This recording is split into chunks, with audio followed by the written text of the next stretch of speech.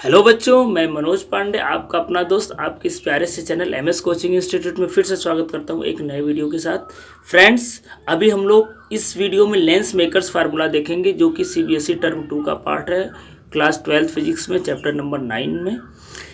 इसके पहले के सारे टॉपिक्स को हमने कंप्लीट कर लिया। अगर वो वीडियो आपने नहीं देखा है तो उस वीडियो को आप ज़रूर देखिए ताकि ये भी वीडियो आपको अच्छे से समझ में आए, क्योंकि एक दूसरे से सारे टॉपिक्स रिलेटेड हैं। तो अगर पिछले वीडियोस आप नहीं देखोगे तो शायद समझने में प्रॉब्लम होगा, लेकिन मैं पूरी कोशिश करूंगा अगर आप वो सारे वीडियोस नहीं भी बाई चांस देखे हो तो आपको समझ में आए। देखिए, लेंस मेकर्स फार्मूला होता क्या है। अच्छा, एक बात आपको मैं और बता दूं कि ये जो नोट्स आपको स्क्रीन पर दिख रहा है, ये सारे नोट्स हमारी वेबसाइट पर भी अवेलेबल हैं फ्री में। आप चाहो तो यहाँ पर वीडियो से सारी चीज़ों को अच्छे से समझो और वेबसाइट पर जा करके ये सारे नोट्स आप डाउनलोड कर सकते हो, जिसका लिंक आपको डिस्क्रिप्शन में मिल जाएगा। देखिए, लेंस मेकर्स फार्मूला होता क्या है। आप देखते हो ना कि अलग अलग लोगों के लिए अलग अलग लेंस यूज़ किया जाता है जब उनका आँख का ऑपरेशन होता है। तो इसी लेंस मेकर्स फार्मूले के हिसाब से ही लोगों का जो मेज़रमेंट होता है वो कर करके लेंस को बनाया जाता है, ताकि अलग अलग डिफरेंट पर्सन के लिए क्या हो, डिफरेंट फोकल लेंथ का लेंस बनाया जा सके। यानी देखो, यहाँ पर लिखा हुआ भी है, with the help of this formula we can design a lens of desired focal length. यानी जितने फोकल लेंथ का हमको ज़रूरत है उतने फोकल लेंथ का हम लोग लेंस बना सकते हैं, या फैक्ट्री वाले बनाते हैं, मैन्युफैक्चरर लोग बनाते हैं। By adjusting R1 and R2, यानी रेडियस ऑफ कर्वेचर को एडजस्ट करके डिजायर्ड फोकल लेंथ का लेंस को बनाया जाता है। अब देखिए, ये डेरिवेशन आपको मैं बहुत इजी वे में कराने वाला हूँ। आप 15 मिनट तक करीब मेरे साथ रहेंगे और ये डेरिवेशन आपको अच्छे से बनने लगेगा, ये मैं आपसे प्रॉमिस करता हूँ। लेकिन वीडियो का बिल्कुल भी स्किप नहीं करेंगे, मेरी एक एक बात को अच्छे से समझेंगे। अब देखिए, यहाँ पर मेन आपको रे डायग्राम बनाना जरूरी है, अच्छे से समझना भी है, क्योंकि अगर आप रे डायग्राम ही नहीं समझोगे तो डेरिवेशन आपको बिल्कुल भी समझ में नहीं आएगा। देखिए, इसके पहले एक मैं आपको टॉपिक पढ़ाया था, रिफ्रैक्शन एट स्फेरिकल सरफेस। वो टॉपिक आपको पढ़ना जरूरी है बच्चों, क्योंकि वो कॉन्सेप्ट यहाँ पर पूरा यूज़ होगा। यानी कोई अगर एक रिफ्रैक्टिंग सरफेस है तो वहाँ पर रेस कैसे आती हैं, डायग्राम कैसे बनता है, आपको पता होना चाहिए। और वहाँ पर एक मैं फार्मूला आपको डिराइव कराया था, N2/V minus N1/U is equal to N2 minus N1/R। ये फार्मूला आपको पता होना चाहिए, क्योंकि वो फार्मूले का यहाँ पर हम लोग यूज़ करने वाले हैं। अब देखिए हम लोग कैसे यहाँ पर कर रहे हैं। पहले रे डायग्राम को आप अच्छे से समझिए। भाई, हमारे पास ये एक लेंस है, तो लेंस में दो सरफेस होना जरूरी होता है, उसमें से एक पक्का ये होना चाहिए कि वो स्फेरिकल हो। तो यहाँ पर हमने भाई जो लेंस लिया इसमें दोनों स्फेरिकल पार्ट है, ये वाला भी देखिए स्फेरिकल पार्ट है, ये वाला भी स्फेरिकल पार्ट है, ठीक है। ये आपका कॉन्वेक्स लेंस है। अब देखिए, कॉन्वेक्स लेंस का ये ऑप्टिकल सेंटर है। अब यहाँ से U डिस्टेंस पर हम लोग क्या करें, O पर एक ऑब्जेक्ट रखा है। अब यहाँ पर O से क्या होगा, रेज यहाँ पर आएंगी और यहाँ पर पहले वाले सरफेस से टकराएंगी। तो देखिए रे डायग्राम कैसे बन रहा है, O से जैसी रेज आएंगी पहले वाले सरफेस से टकराएंगी। तो आपको पता है कि यहाँ पर दो मीडियम है, बाहर वाला जो मीडियम है वो एयर है और अंदर वाला जो मीडियम है वो लेंस है। यानी एक तरीके से आप ग्लास समझ सकते हो। तो बाहर का जो मीडियम होगा वो रेयरर होगा और अंदर का जो लेंस के अंदर का पार्ट होगा इसका मीडियम कैसा होगा, डेंसर होगा। इसलिए देखिए मैं लिखा हूँ कि जो बाहर वाला मीडियम है वो रेयरर है और इसका रिफ्रैक्टिव इंडेक्स हम लोग मान लेते हैं NM है। NM मतलब मीडियम, और N यहाँ रिप्रेजेंट करेगा रिफ्रैक्टिव इंडेक्स को। वैसे यहाँ भी बाहर एयर ही है तो इसका भी रिफ्रैक्टिव इंडेक्स N मान लेते हैं और इसका आपका मीडियम क्या हो जाएगा, NM हो जाएगा। और ये जो लेंस है, लेंस का हम लोग मान लेते हैं कि जो मीडियम हो क्या, NL है। NL का मतलब यहाँ पर रिफ्रैक्टिव इंडेक्स, N मतलब रिप्रेजेंट करेगा और L क्या रिप्रेजेंट करेगा आपका लेंस को। ये सारे टर्मिनोलॉजी आपको समझना जरूरी है, तभी मेरी बात आपको समझ में आएगी। अब देखिए, जैसे ही रेस पहले सरफेस से टकराती है, जैसे ही टकराएगी वहां पर आप क्या बनाओगे, नॉर्मल बनाओगे। और नॉर्मल आपको पता है हमेशा क्या होता है, सेंटर ऑफ कर्वेचर से होकर के जाता है। भाई देखो, पहले वाले सरफेस को हम लोग पहला रेडियस ऑफ कर्वेचर बोलते हैं, दूसरे सरफेस को दूसरा रेडियस ऑफ कर्वेचर बोलते हैं। अब इस सरफेस के लिए भाई ये किसी सर्कल का सर्कमफरेंस का पार्ट है ना, तो इसका सेंटर डेफिनेटली उस साइड होगा और इस वाले स्फेरिकल पार्ट के लिए सेंटर डेफिनेटली आपका लेफ्ट साइड होगा। तो इसीलिए आपको R1 इधर लेना है तो C1 इधर लेना है और R2 इधर लेना है तो C2 इधर लेना है। अब जैसे आप नॉर्मल ड्राव करोगे आपको याद रखना है कि कहाँ से होकर के जाएगा, सेंटर ऑफ कर्वेचर से होकर के जाएगा। अब चूंकि यहाँ पर बाहर रेयरर मीडियम है, अंदर डेंसर मीडियम। आपको पता है जब कोई भी रे रेयरर से डेंसर में जाती है वो टुवर्ड द नॉर्मल क्या होती है, झुक जाती है, यानी नॉर्मल की तरफ बेंड हो जाती है। झुकने का मतलब नॉर्मल की तरफ बेंड हो जाती है। तो देखो ये रे ऐसे टकरा, इसको जाना चाहिए था सीधा सीधा, लेकिन अब चूंकि यहाँ पर मीडियम चेंज होने की वजह से ये टुवर्ड द नॉर्मल, नॉर्मल इधर है ना, तो देखिए नॉर्मल की तरफ क्या करके झुक गई। और यहाँ पर जाकर के हम लोग देखेंगे ये आपका एक्सिस पर, तो आई डैश पे सपोज कर लेते हैं क्या करती है, मीट करती है। मीट करनी चाहिए थी लेकिन करती नहीं एक्चुअल में। क्यों नहीं करती है, क्योंकि जैसे ही पहले सरफेस से टकराने के बाद अब ये दूसरे सरफेस से टकराती है, तो देखिए यहाँ पर मीडियम चेंज हो गया। क्यों, क्योंकि यहाँ से यहाँ तक का मीडियम कौन सा मीडियम है, लेंस वाला है NL, और बाहर का मीडियम कौन सा NM। अब यहाँ पर देखिए अंदर का डेंसर हो गया, बाहर का रेयरर हो गया। यहाँ पे कंडीशन क्या था, रेयरर से डेंसर में गई, अब ये रे डेंसर से रेयरर में जा रही है, तो फिर उल्टा हो जाता है। अब जैसे ये रे यहाँ से यहाँ टकराएगी, तो जैसे ही टकराएगी वहाँ पर फिर आप नॉर्मल बनाओगे। आपको याद रखना है जैसी रे सरफेस से टकराएगी वहाँ पर सीधा आपको नॉर्मल बनाना है, ठीक है। अब ये पहला हमने नॉर्मल को N1 मान लिया, दूसरे को N2 मान लिया। अब जैसे पहला वाला नॉर्मल सेंटर ऑफ कर्वेचर से होकर के गया, तो दूसरा नॉर्मल भी क्या होगा, देखिए सेंटर ऑफ कर्वेचर से होकर के जाएगा। अब जैसे ही डेंसर से रेयरर में आएगी, सरफेस से टकराएगी, अब यहाँ पर मीडियम चेंज हो गया। तो आपको पता है जब भी कोई भी रे डेंसर से रेयरर में जाती है तो अवे फ्रॉम नॉर्मल, यानी नॉर्मल से दूर चली जाती है। तो देखिए ये नॉर्मल आपका है और ये रे ऐसी जानी चाहिए थी, लेकिन क्या होगा, ऐसी जाएगी नहीं, उसको दूर भगा देगा। यानी अगर ये रे यहाँ से टकराती तो सीधा सीधा आई डैश पे जाकर के मिलती, लेकिन एक्चुअल में मिली नहीं, क्योंकि यहाँ पर मीडियम चेंज हुआ और ये अवे फ्रॉम नॉर्मल, यानी उधर नॉर्मल है तो इधर उल्टा साइड झुक गई, बेंड हो गई, और बेंड होकर के आखिरी में कहाँ पे आकर के मिली, आई पर मिली। समझ में आया। तो इस तरीके से वीडियो को पॉज करके अगर आप एक बार में नहीं समझे हो तो मेरी बात को ध्यान से समझो, क्योंकि ये आपको समझना है। फिर से एक बार मैं शॉर्ट में बता देता हूँ। ये रे यहाँ से चली, यहाँ पर मीडियम रेयरर से डेंसर था, तो रेयरर से डेंसर में जाएगी तो टुवर्ड द नॉर्मल झुक जाएगी। तो ये देखिए टुवर्ड द नॉर्मल झुक गई, और ये मान लेते हैं अगर ये आगे जाती सपोज करो तो आई डैश पर मिलती, लेकिन यहाँ पर फिर से करामात हो गया। क्यों, क्योंकि यहाँ पर एक दूसरा सरफेस भी है, और जब ये रे यहाँ से यहाँ आएगी तो यहाँ अब ये डेंसर हो गया, ये रेयरर हो गया, तो डेंसर से रेयरर में जाएगी। तो जब भी डेंसर से रेयरर में जाती है रे तो अवे फ्रॉम नॉर्मल, यानी नॉर्मल से दूर चली जाती है। तो देखिए जानी चाहिए थी ऐसी, लेकिन उससे और इधर झुक गई, और फाइनल इमेज आपका कहाँ बना, आई पर बना, ठीक है। अब यहाँ पर देखिए ऑब्जेक्ट जो मेन था, ऑप्टिकल सेंटर से हमने डिस्टेंस उसका यू लिया। सपोज करो अगर इमेज आई डैश पर बनता तो उसका इमेज डिस्टेंस कितना हो जाता, वी डैश हो जाता, और एक्चुअल में वहाँ तो मिली नहीं, फाइनल इमेज हमारा आई पर बना, इसलिए हमने ऑब्जेक्ट डिस्टेंस को इमेज डिस्टेंस को हमने क्या लिया, वी लिया। तो ये आपका ये स्टार्टिंग वाला इमेज डिस्टेंस, और ये मैं उल्टा बोल दिया, ये आपका ऑब्जेक्ट डिस्टेंस है, इसके लिए माफ़ करिएगा, ये आपका ऑब्जेक्ट डिस्टेंस है। और अगर इमेज आई डैश पर बनता तो इस इमेज डिस्टेंस कितना होता, वी डैश होता, लेकिन आई डैश पे एक्चुअल में बना तो नहीं, ठीक है। फाइनल हमारा यहाँ बना, तो इसको हमने क्या मान लिया, वी मान लिया, ठीक है। और आपको पता है कि भाई ये रेडियस ऑफ कर्वेचर, ये वाला जो डिस्टेंस होता है उसको हम लोग R1 लेते हैं, और ये वाला डिस्टेंस होता है R2 लेते हैं।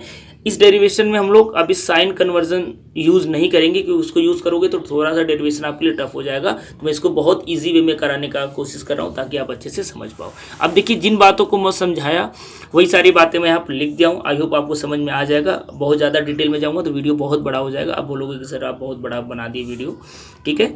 तो चलिए मैं डेरिवेशन को स्टार्ट करता हूँ। जो भी बातों को मैं समझाया वही सारी बातें मैं यहाँ पर लिख दिया हूँ, ठीक है। कुछ इसमें एक्स्ट्रा को नहीं मिलेगा। अब देखिए मैं आपको क्या बोला कि भाई इस डेरिवेशन को करने के लिए मैं स्फेरिकल सरफेस के लिए एक फार्मूला आपको बताया था, रिफ्रैक्शन एट स्फेरिकल सरफेस, जो इस टॉपिक का पार्ट है इसी चैप्टर का, वो ऑलरेडी मैं डेरिवेशन करा चुका हूँ। उसका भी लिंक आपको डिस्क्रिप्शन में मैं दे दूंगा। वैसे प्लेलिस्ट में जाकर के वो आप वीडियो जरूर देखिए, वो भी बहुत इंपॉर्टेंट डेरिवेशन है।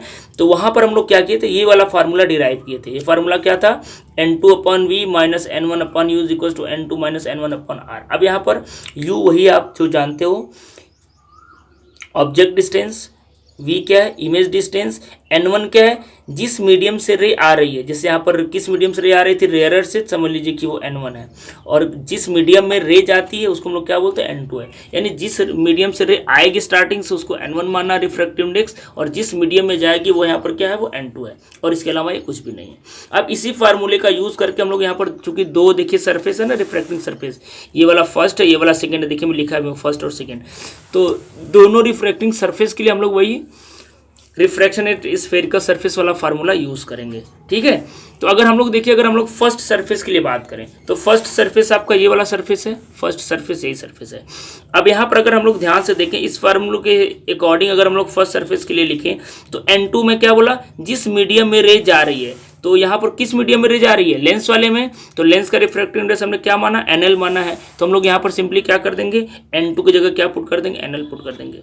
अच्छा, V क्या है, इमेज डिस्टेंस, तो फर्स्ट सरफेस के लिए अगर ये सेकंड सरफेस नहीं होता तो इमेज तो आई डैश पर ही बनता ना, वो तो आई पे तब बना जब सेकंड सरफेस बीच में अड़ंगा डाल दिया आ गया, तो आई डैश पे बनता, तो इसके लिए आपका इमेज डिस्टेंस कितना है, V डैश है, तो यहाँ पर हम लोग क्या करेंगे, V की जगह V डैश रख लेंगे। बस अकॉर्डिंग टू डायग्राम और अकॉर्डिंग टू दिस फार्मूला आपको सिर्फ अरेंजमेंट करना है।